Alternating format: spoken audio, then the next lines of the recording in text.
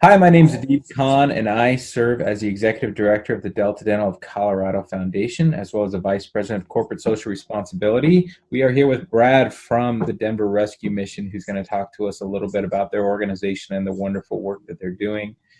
We are proud supporters of the work that they're doing in response to the COVID relief efforts and the unprecedented needs that we're seeing around our state. We're all looking for, I think, stories of hope and stories of people who are out there helping and doing good work to bring our community back together and to also help with those who've been adversely affected. And so we want to showcase the work of the rescue mission. And so I'm really glad to have Brad here with us. Brad, could you, first of all, thank you for joining us, but could you maybe tell us a little bit about yourself and your role with the rescue mission? Sure. Thank you for having me. My name is Brad Meuli. I'm the president and CEO of the Denver Rescue Mission. Been at the mission for about 21 years now.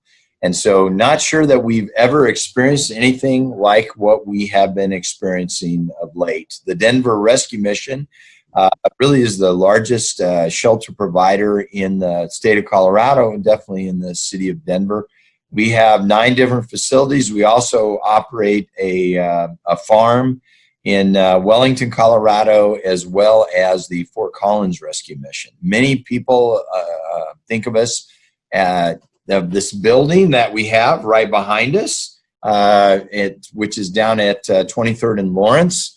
But we really are so much more than that. Our goal is to try to help people become productive, self-sufficient citizens again and get them off the streets. And how has your organization responded to the pandemic? We've seen such great, especially with our homeless population, being able to self-isolate, not being able to have places to go. I'm wondering how it's affected you guys.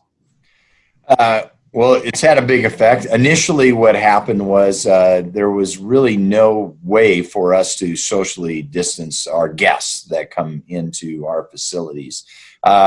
Shelters are really designed to get as many people in as possible to keep people from freezing to death or going hungry. And so fortunate that this occurred really in the spring in some ways. Not that it's fortunate that this has happened. But what we quickly realized is that we were going to need to pivot, to change, to be flexible. And so we consolidated all of our shelters, worked very closely with other shelter providers and the city of Denver to stand up the National Western. We went to the National Western facility, and they're using about 155,000 square feet. We were able to accommodate 763 beds and kind of a day center, and then be able to provide a place for people to be able to eat meals as well. And we have that currently in operation as a 24/7 facility. One of the other things that's happened is we really worked closely in collaborating with other folks. The Stout Street Medical Clinic came in and began before people, when they entered inside the National Western, were taking their temperature and figuring out if they needed to be tested, or the ones that were symptomatic were taken to hotels that the Colorado Coalition had. And so those hotels sometimes are respite care, sometimes protective. We also took out folks that were 65 and older or had various health issues. And so it's been a big change from what we were doing before. Typically, folks were transported by bus from our Lawrence Street facility to really 2 different shelters that we operated, one at 48th and one at the Holly Center. That is no longer taking place. Everyone is located out at the National Western. And so I applaud the city, and I applaud the other shelter providers like Catholic Charities, Salvation Army, Urban Peak, that have all, Dolores Project, that all come to mind and that all work very closely together to try to meet the demands of what we were seeing in our city.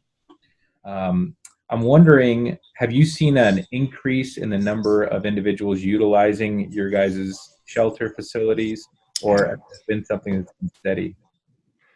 No, we have seen an increase. Here's an interesting number.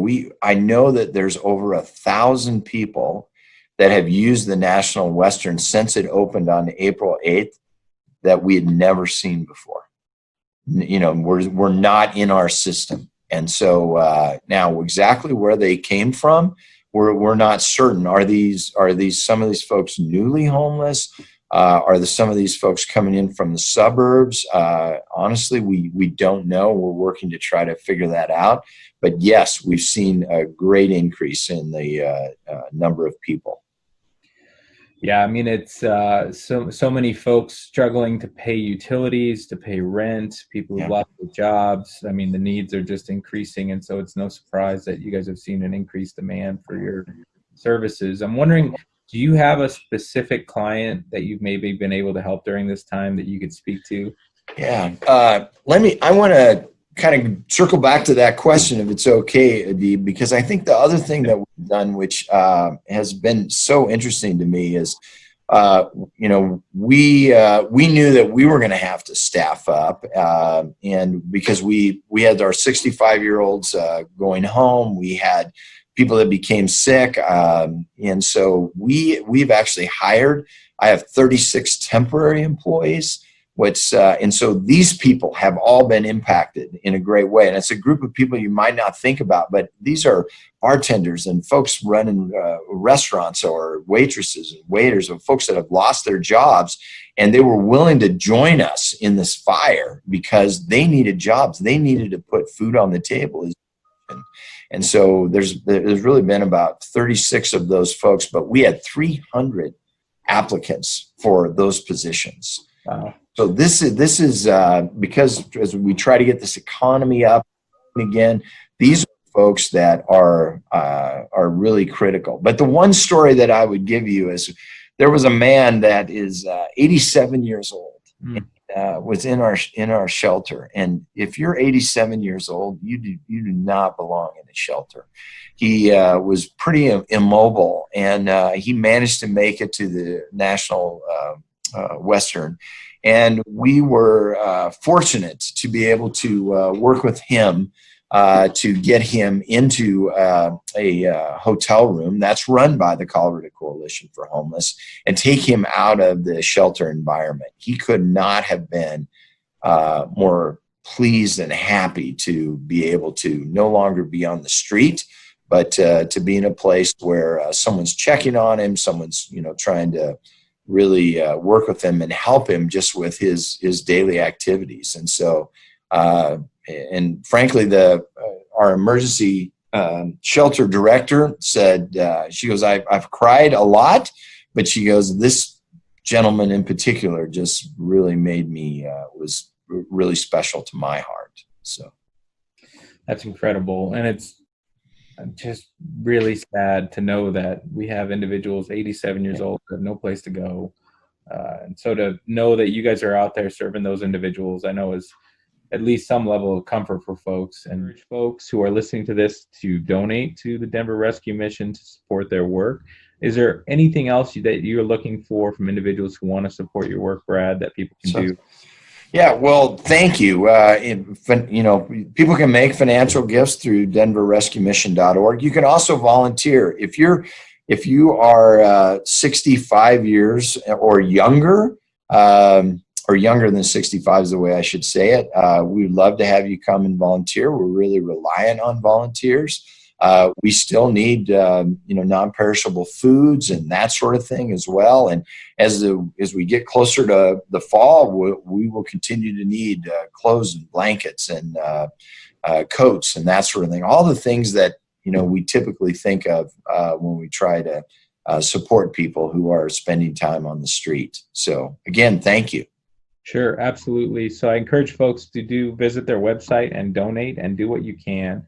The needs are great, and they're only going to grow more than likely, especially as we head into the fall and we can be prepared for the kind of second phase of this whole pandemic. But I just want to thank you, Brad, for you and your team and all of the volunteers that have been doing this amazing work in our most vulnerable population. You guys are doing outstanding work. We're happy to support you. And just thank you from the bottom of our hearts for serving our community the way that you do. Well, thank you. We couldn't do this without this great community, a really giving community that we live in. And we've been doing this now for 128 years. And again, we couldn't do it without this great city. Absolutely. Well, thank you, and I hope you have a good rest of your day. Okay, thank you.